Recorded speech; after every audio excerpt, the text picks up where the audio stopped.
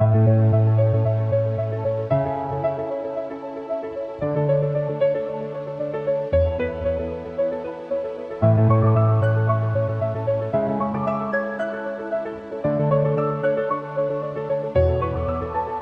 morning. I welcome you once again this wonderful day to the Imperishable Seed series. It is a blessing to be here once again sharing the word of the Lord with you. Again, Samuel. Samuel, a man of God, his name means he was heard of God. Anna called upon God and God heard her cry and gave Samuel to Hannah. Anna gave Samuel to the temple, in the service of the temple, into the hands of the priest Eli. And at a young age, Samuel comes across the voice of God. Here he hears God calling upon his name, Samuel, Samuel, thrice. This young lad still doesn't know enough to recognize that it is God who is calling him. He runs to his master, the priest. But the priest finally realizes that it is God who is calling Samuel. So he instructs Samuel to say, "Speak, Lord, I'm listening." This was the response Samuel was to give. And in response, God gives Samuel a message, and this becomes the start of his life as a prophet of God. And in some ways it was an awkward start, because the first message was a stern message that he was supposed to give to his master, the priest Eli.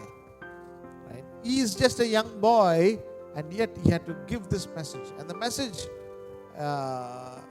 included the words that Eli's sons were to be disciplined by God. And we see that it came to pass. They both died at war. Right? They were priests. They were children of priests. However, they did not obey God. In God's call, when God calls you, you and I need to understand that unless you obey what the Lord says, you cannot become his disciples. Being a disciple, a part of being a disciple is being disciplined. And being disciplined is to listen and obey and do what is right. And if you are not willing to listen to the voice of the Lord and obey, you are not ready to be his disciple. If you are not listening to the voice of your pastor, the prophet, the teacher, and if you are not obeying, you are not your leader's disciple. You are just a person, one among the crowd. You can be easily, you can just go unseen. If you are a disciple, you should be always under the eyes of your master, right? The pastor, the teacher, whoever God has kept above you, and you should be ready to listen to their voice and obey.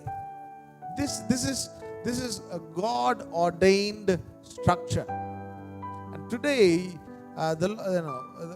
God commands us to go and make disciples, people who will listen and obey to the voice of the Lord. We live in a time where we are so opinionated, and either we try to please ourselves or the people around us. Anyone but God, anyone but the pastor, because we always believe that they speak contrary to what we like. But that is not so. Today, I challenge you to listen to the voice of the Lord, become his disciple, and come under his discipline. That is where the call of God leads you to. Amen. Shall we pray? Dear Heavenly Father, we know we are called, but Lord, Help us to submit ourselves as disciples who listen and obey. Thank you, Father. Help us to submit ourselves in obedience to your voice until the end. In the name of Jesus I pray. Amen. Amen. Thank you and God bless you once again. Have a great day. I'll see you tomorrow.